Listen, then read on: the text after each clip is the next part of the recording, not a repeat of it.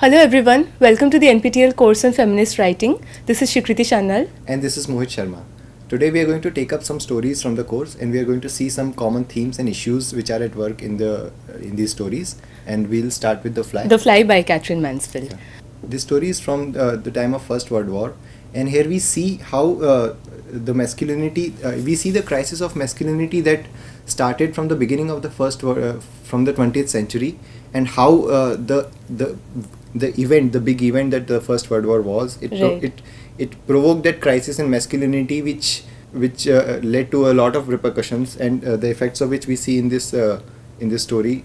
Right, and when we talk about war, we can see that all the young men are engaged in the war, right. And so the older men here sit and contemplate their loss. Yeah. When we see that both Woodfield and the boss both of them have lost their sons, and we also see that very different ways in which both these characters express and understand their grief, right. and come to terms with it, and that tells us a lot about the characters themselves and the different kinds of masculinities that they propagate. Right. Along with the crisis of masculinity, another important consequence of the loss of casualty of young males in the war, right. is the inclusion of females out in the work field, in the workforce. Yes, of course. And out of the household, basically. Right, because in the absence of all the men, women had to Yeah. take charge of the family and the extended society. And this is something that is very subtly shown in the story, in which we see the two old men sitting in their offices, almost crammed in their offices, talking right. about their past, talking about their furnitures, while we see while we hear about Woodfield's daughters and his wife,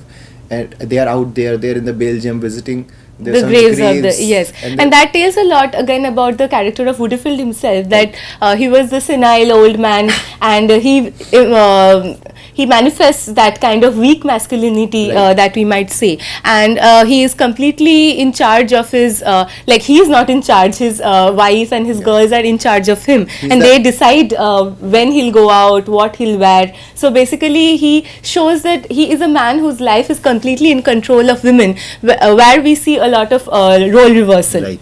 So he's the obvious face of the weak masculinity that right. we see at the beginning of the story. And that is contrasted with the yeah. strong masculinity of yeah. the boss, who is shown as independent and right. upright and strong and in no need of anyone's support. Yeah, and in the first two paragraphs, the strength and the force and the vigor of the boss is like shown in different terms, and we see that he talks about his furniture, and he says right. that he's in a exhibitionist way, right. like he's trying to show off, right. and these things that he's showing off are material things. Right. So we can see that how masculinity again is linked to acquiring of material wealth and that kind of ego and yeah. pride that he's showing off to Woodfield, because he is just the opposite of what boss is, and he is not in control of everything, right. anything, and the boss in contrast is control of everything. Right, and it's the exterior that is being contrasted with right. the weak, with the disintegrated masculinity of Woodfield, and yeah. which provokes Woodfield, and, right. and he provokes him, and he gives him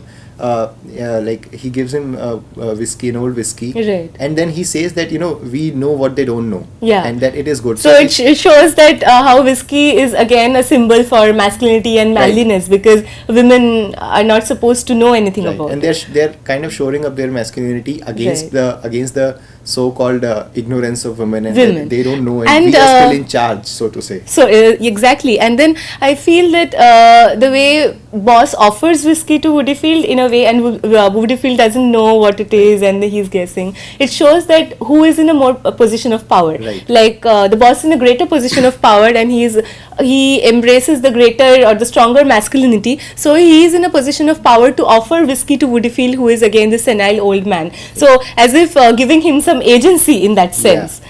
And the senility is the loss of agency of Woodfield is highlighted by the almost infantilization of Woodfield. Exactly. We see that he peeks across the desk at the boss as if a kid peeks right. across from his pram. Yeah, and the author uses constantly childish or baby metaphors when right. explaining the right. character of Woodfield. Right. The boss says that take this whiskey, it wouldn't hurt a child. Right. So right. So he's patronizing him a lot. Exactly. And he, Woodfield, I guess, is used to being patronized even by his family. So that is his character.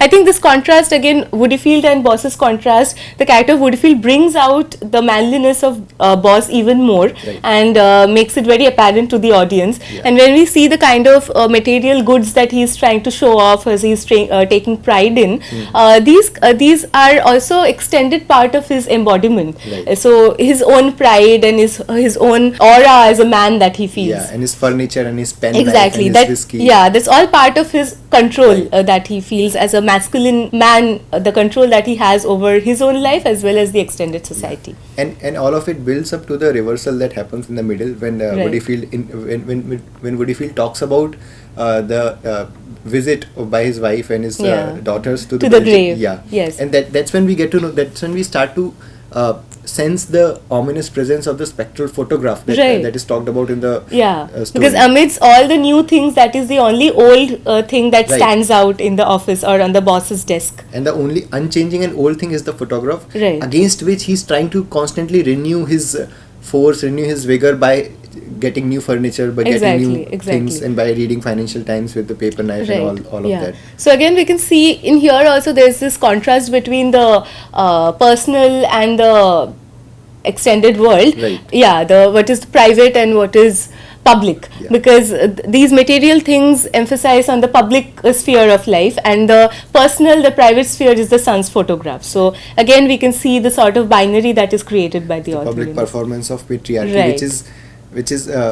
which is used to compensate for the inner fragility that is Inner fragility, present. yes, and then and which also demands that you do not acknowledge grief, or you do not perform grief, or in this story you see a performance of grief, Yeah. but then you don't see the involuntary exhibition. The natural flow of grief is not there in Yeah, the boss's character. Yeah, and interestingly, that is the very interesting way to depict the emasculation that the boss undergoes, because we see that when Woodyfield mentions the graves, Yeah. and he mentions them in such a mundane way that it's so nice in Belgium and they have such Yeah. nice broad paths, Yeah. and like the girls were haggling over Right, the pot of jam. the pot of jam. Yeah.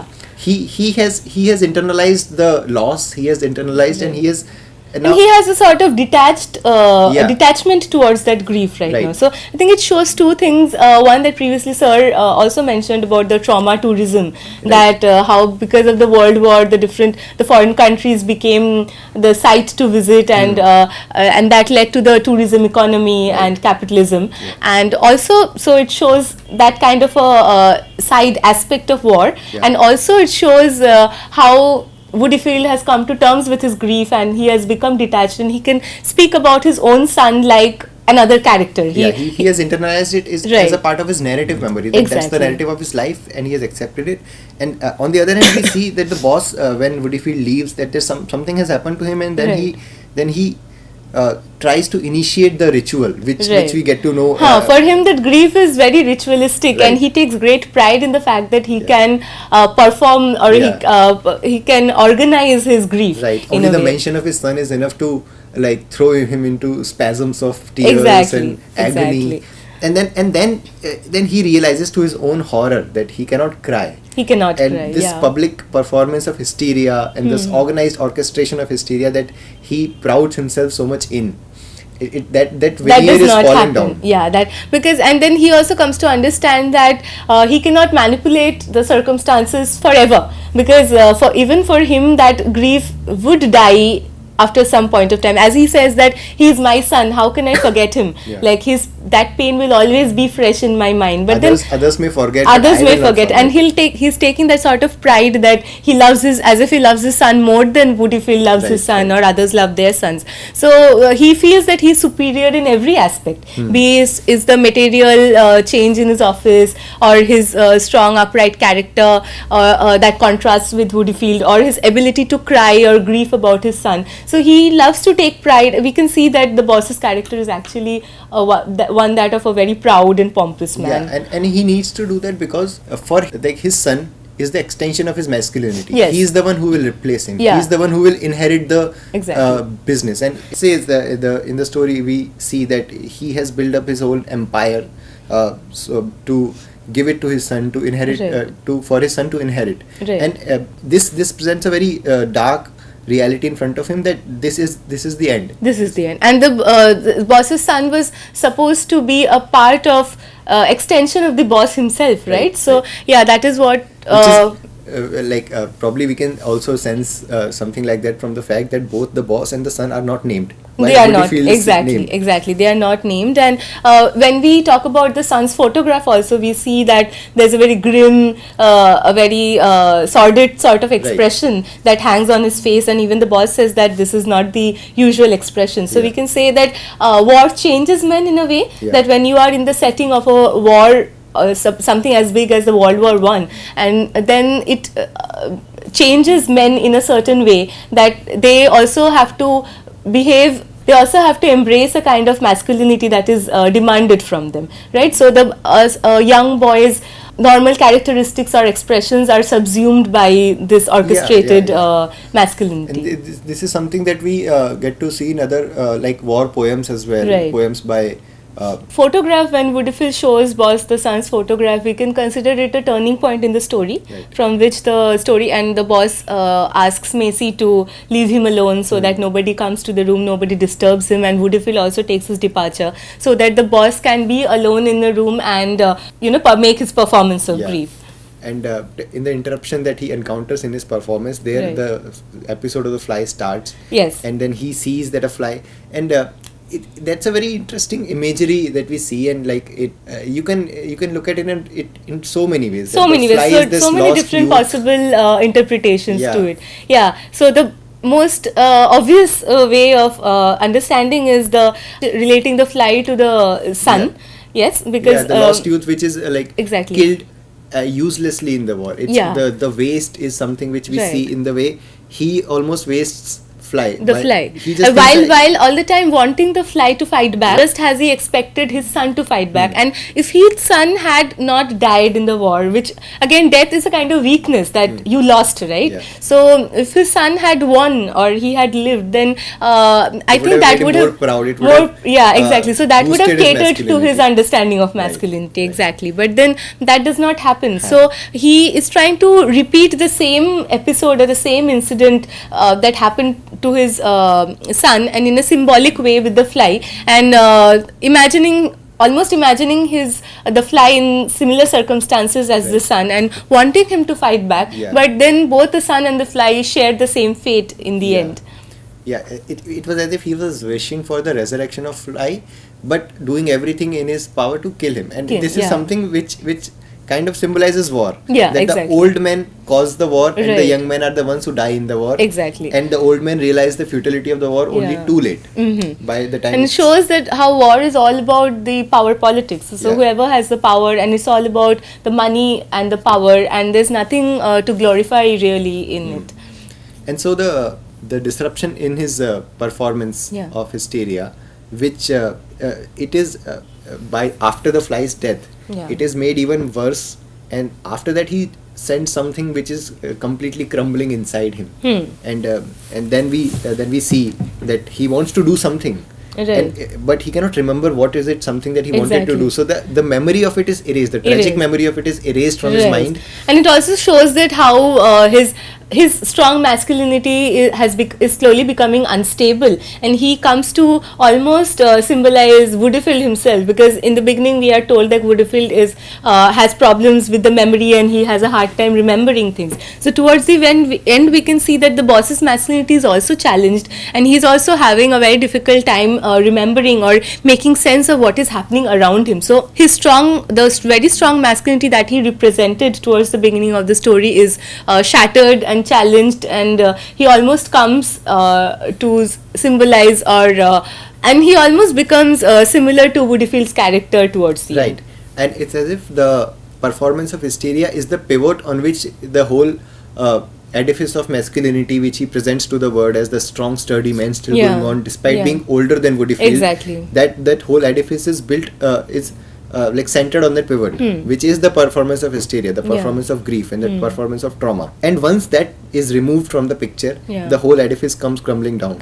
Because that performance had an agency of its own, Right. that he had the power to orchestrate it. But after the sadomasochistic episode that happened with the fly, I think there's something that changed within the boss himself internally, and in his own character, in his own understanding of things, and therefore towards the end he does not possess that same agency that he started started with Right. at the beginning of the story. And in a way it's a failure of memory, like the memory serves as the age, serves as the vehicle Exactly. for the performance, and Right. like at the end his memory fails, and when his memory fails, he's the essence that he has perpetuated, Right. the essence of the ritual of masculinity, like it collapses. Right. And that's when the last line is that for the life of him he could not remember. Yeah, but when we talk about the last part of the Fly, the short story Fly and the ending, so most people see obviously the boss as a cruel person trying to repeatedly kill the fly, and every time the fly tries to live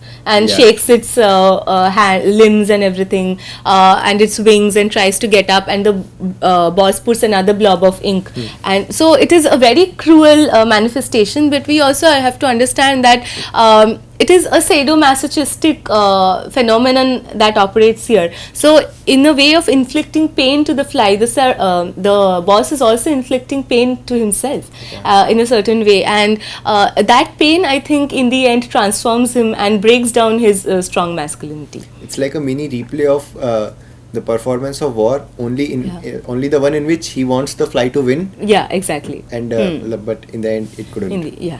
So, like this is also something that we see in war poems by Wilfred Owen and other people, in which we see that the very internal character is changed and made grim by the experience of war, which is also something that we see in the photo as well. Yeah, and when you're talking about war poetry, then there are certain poets that celebrate war, that glorify the the sacrifice that is there in the war. But interestingly, when you talk about Wilfred Owen and in his poems like Futility and other poems, he is the one who brings out the pathos and the futility of war itself, the entire machinery of war. Yeah, against which this youth is there's no agency.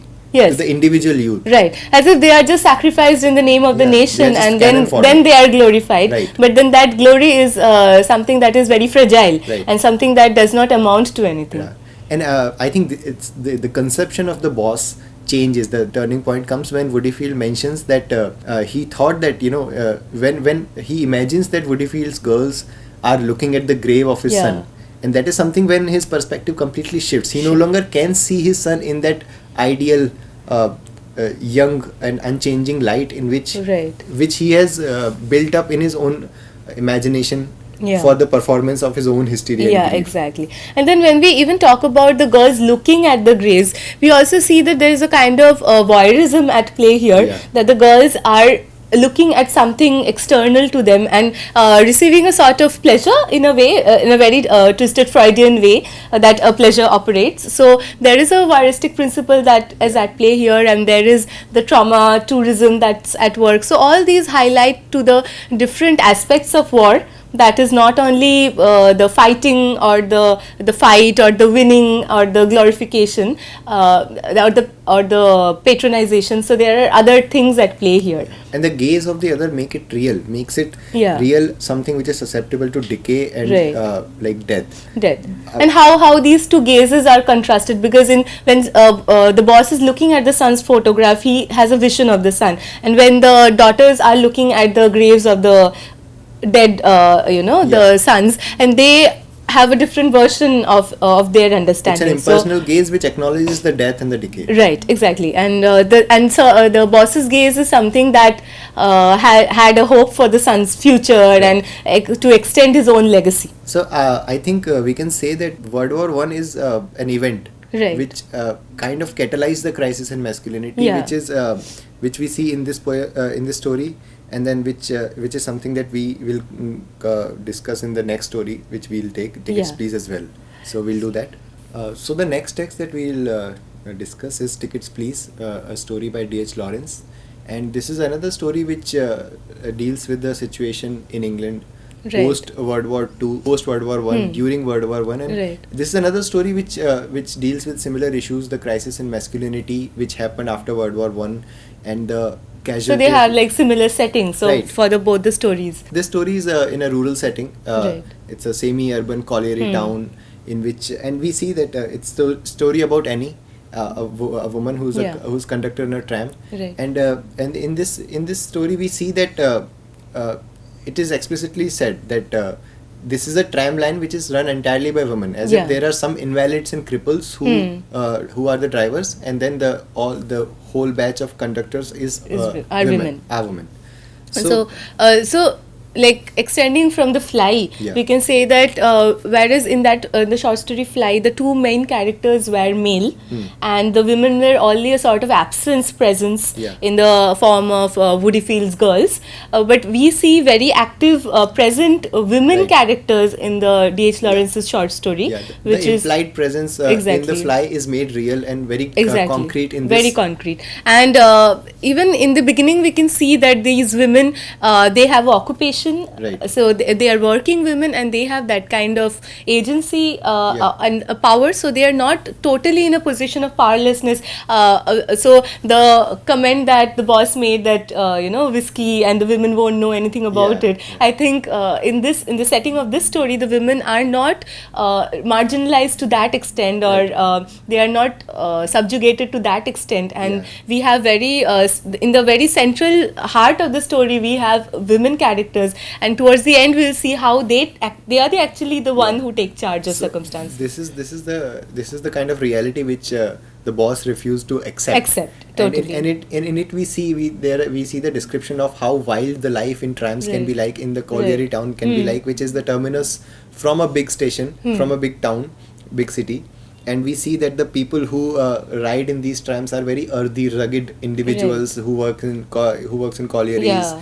Uh, So they're laborers miners, and workers. Yeah. Yeah. And we see that the conductors, the women conductors who work in these trams are very hardy folks, and Right. they deal with them properly with their with equal vigor, with equal strength. Exactly. And that the position and the occupation of the job that they have, it gives them the sort of agency to deal and to counteract with equal force any kind of masculine effect Right. or the presence that So we can say that in this short story, the women occupy the masculine subject positions because they are working in a position where men are expected to work Right. in circumstances, and their in exchanges with other men and interactions also show that there is a sort of masculine femininity that they symbolize. Yeah. That femininity is very different from the one that we traditionally associate to women, say in the 19th century, Yeah. because when they are homebound and supposed to take care of family, and they are soft, and they are very. So, like we see that they ask for tickets and then they snap back at the small talk that some customers often make at their expense, and we see them deal with these things in a very strong way, in a very assertive way, Right. and so this is something that there's a point in which the story says that these women run the most dangerous tram line in England. Exactly. So that is what I was trying to get at. Yeah, that it shows this story presents a very different kind of femininity that we are otherwise used to Right. understand, and one that is not vulnerable to hysteria, Yeah. one that is not vulnerable to all sorts of weaknesses. And we see very real life, strong women characters Right. who are working in the workforce, who are participating in the workforce and in the society and culture, and in equal footing with the men. Yeah, and it is a word in which women occupy the center stage along with other presences which are marginalized by the presence of the traditional white youth, male white youth, which has disappeared because of the casualty of the war. Right.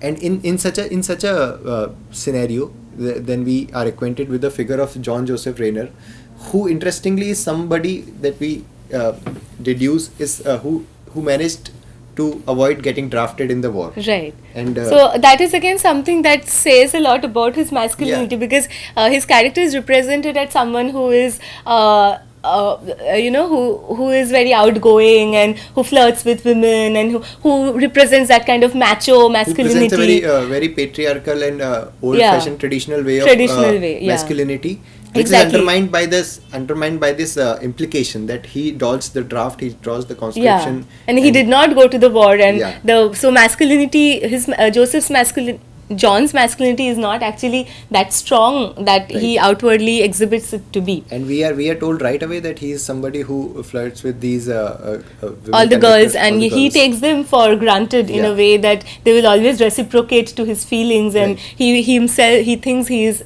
that kind of a he represents that kind of a masculine vigor that these women will crave for. Yeah.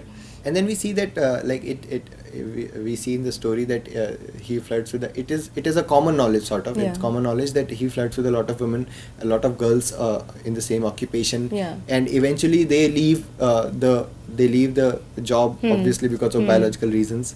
And so it's very interesting to see that he goes on about his predatory Exactly. ways. Yeah, so a very animalistic, predatory kind of imagery or metaphors that are used when Yeah. even describing his character Yeah. by Lawrence. And we can see that how he goes about his business very unapologetically, as if whatever the consequences that these women are facing is something that he doesn't have to cater to, Yeah. right? And they, so that is completely their responsibilities. And we see that he is very comfortable in his shoes, in his masculinity, in his patriarchal exhibitions of patriarchy. And when we come to the climax of the story or the turning point, we see how that role is completely reversed and how he becomes this vulnerable character who is stripped of all forces, all powers of masculinity, and is almost become Emasculated. emasculate. Yeah, he's emasculated in this revenge which is plotted by all the girls. Right. Before that, there's something very interesting that we can discuss.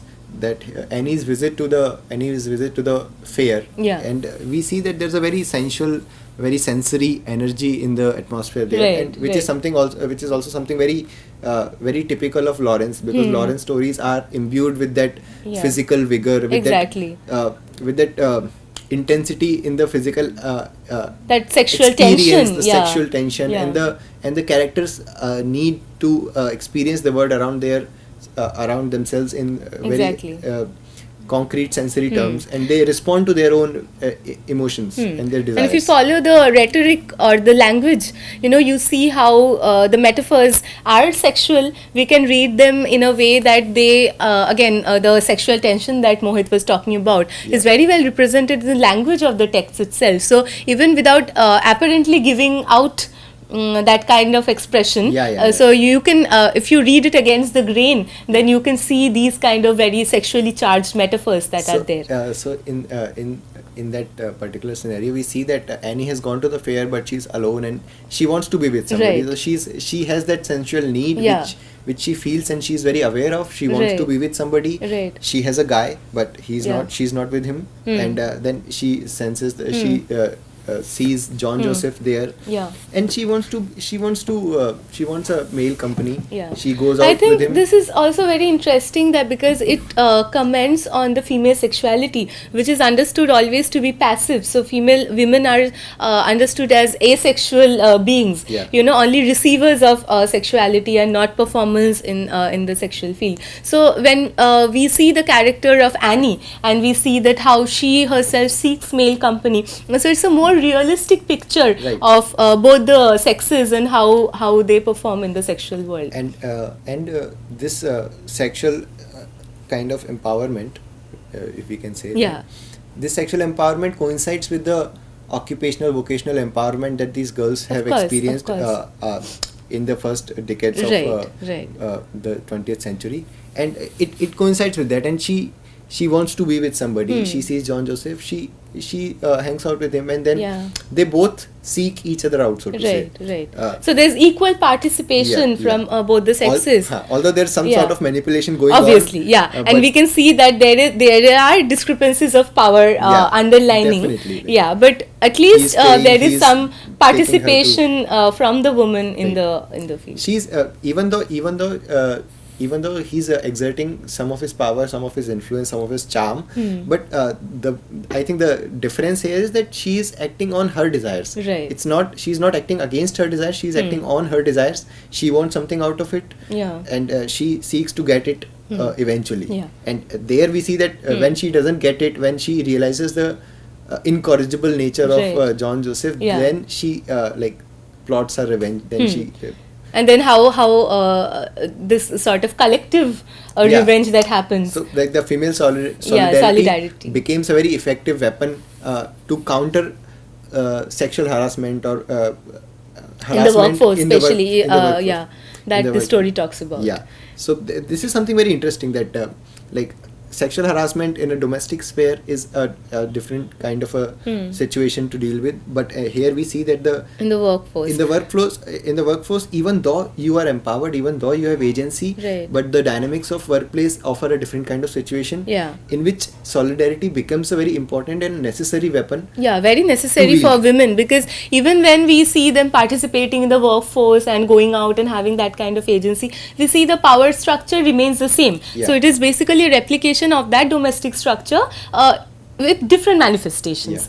Yeah. So, and in order to counter that, wherever solidarity, if we see it reminds me of the Goblin Market, the solidarity between the two sisters, Right. where we see that in a very kind of domestic kind of setting where the two sisters come together, support each other. We see all the women here coming together, supporting each other in a very outward setting that is not domestic Yeah, in to the workforce. to counter the external male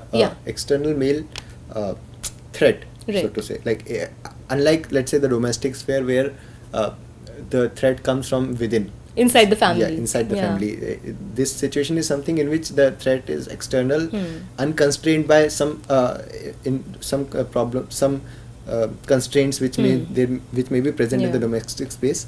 So And even when the women solidarity becomes all the are more important. Exactly. So even when women are outside, they are not empowered Yeah. completely, as we see in this story. They're still manipulated and almost hunted down by men who are in a position. So I think John Joseph's position is also important here, because he is. Even in the workforce, he is in a higher, superior position. Yeah. So in a position of more power than these girls. Yeah. So Which is why it's always the girls who are leaving the job, not right, him. not him. Yeah. Exactly. And then we move on to this episode where the girls have finally plotted their revenge, and Right. they invite.